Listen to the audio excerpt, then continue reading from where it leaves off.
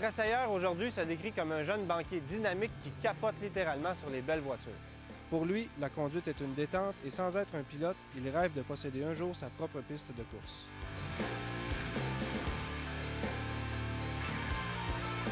Donc, pour moi, ce qui m'attire le plus quand je recherche une voiture, c'est l'esthétisme, c'est le look. Je veux avoir un look qui est très différent, pas nécessairement la même chose qu'on retrouve de coin de rue en coin de rue.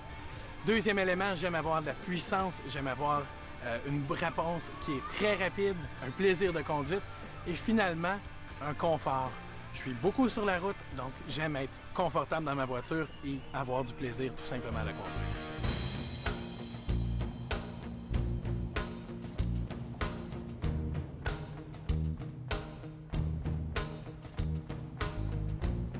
Alors Pierre-Luc, comment tu la trouves, la nouvelle SL? C'est une voiture qui est très très belle. La nouvelle calandre à l'avant chez Mercedes, c'est de toute beauté. Les prises d'air sur le capot, le look sur les côtés, ça fait vraiment une voiture grand sport. Bon, évidemment, ça, c'est la version avec l'ensemble sport. Donc, on a les jantes AMG 19 pouces, les jupes aérodynamiques, la calandre qui n'est pas présentée de la même façon. Je te dirais aussi que moi, personnellement, j'aime encore mieux la voiture lorsque le toit est en place parce que ça lui donne une ligne vraiment, un très, très beau profil.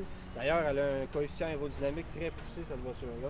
Donc, avec le toit en place, là, ça lui donne un tout autre caractère, puis on ne croirait même pas que c'est une décapotable. Lorsque le toit est en place, évidemment, l'aspect du véhicule est beaucoup modifié. Toi, qu'est-ce que tu en penses? C'est à première vue, quand le toit est monté, on dirait presque que la voiture n'est pas convertible.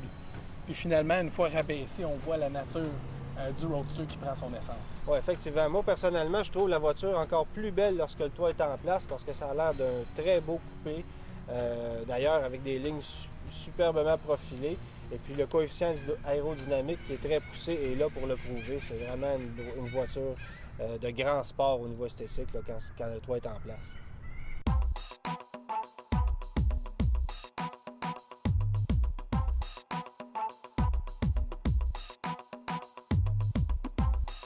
Naturellement, la SL, c'est le royaume de l'automatisation et du luxe. On retrouve plusieurs accessoires à bord automatisés. On retrouve des gadgets dernier cri, comme par exemple l'appui-tête en arrière qui est réglable en hauteur et qui possède des éléments chauffants lorsqu'on roule à ciel ouvert. On retrouve un bouton de démarrage directement sur le levier, un paquet d'autres gadgets comme ça. Toi, Pierre-Luc, à bord, qu'est-ce qui t'a impressionné le plus dans la SL? Premièrement, la position de conduite, l'ajustement au niveau des bancs, on peut la personnaliser à 100%. Il y a même une option pour les massages lors de la conduite. Donc ça, c'est un élément qui est spectaculaire. L'intérieur, la finition en cuir qui est très beau avec le jeu des deux tons. C'est un élément qui est très beau, mais il y a beaucoup de boutons et d'éléments à comprendre avant de pouvoir bien maîtriser l'intérieur. Oui, effectivement, il faut se familiariser avec notamment le système de navigation, les fonctions de la radio, la climatisation, mais c'est quand même relativement simple une fois qu'on s'y adapte parce qu'il n'y a pas de système de centralisation comme on peut retrouver dans certaines autres voitures chez Mercedes, par exemple la classe S. Au niveau du rangement à l'intérieur de la voiture, c'est assez particulier.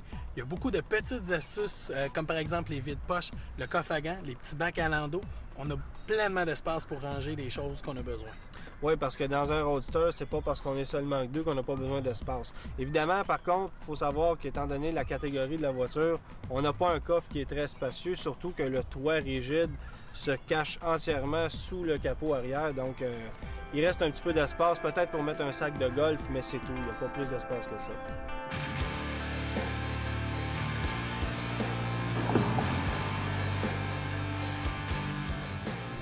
Sur la route, comment tu as trouvé ça?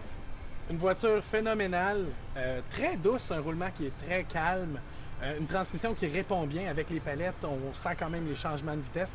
On n'a pas trop aseptisé la conduite. La puissance du V8 est là, on la sent présente. Sans pour autant être une voiture qui est comparable pour faire du circuit. Non, c'est pas une auto de circuit. Et c'est ce que j'avais peur, moi, en prenant le volant de cette auto-là. J'avais peur de m'ennuyer un petit peu par rapport à d'autres sportifs. Puis c'est au fil des kilomètres qu'on découvre que cette auto-là est vraiment géniale parce que c'est une voiture de grande route. On peut faire des centaines et des centaines de kilomètres puis on ne devient jamais lassé de conduire cette auto-là. Et c'est très agile, étonnamment, là. Oui. En courbe, c'est une voiture qui est très agile, très maniable. On la sent bien, on fait corps avec l'auto assez facilement. Oui. Évidemment, la puissance du V8 est là, 382 chevaux, c'est quand même quelque chose. Définitivement. Mais ce qui est drôle, c'est que c'est le moteur le moins puissant de toute la gamme des SL, le plus puissant ayant au-dessus de 600 chevaux et 738 livres de couple dans la version SL65 AMG. Donc ça, c'est le modèle d'entrée de gamme dans la classe SL. Ça peut vous donner une idée. Le 0-100, par exemple, il est 5,4 secondes. Donc ça peut vous donner une idée à quel point là, c'est une voiture de très haute gamme. Mais sur la route, c'est une voiture très dynamique.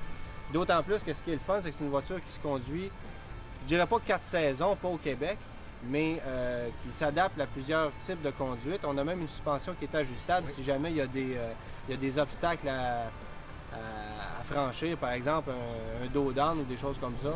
On peut relever la suspension, passer par-dessus sans risque d'accrocher rien. Donc c'est une auto qui est Très agréable. qui est agréable et même pratique.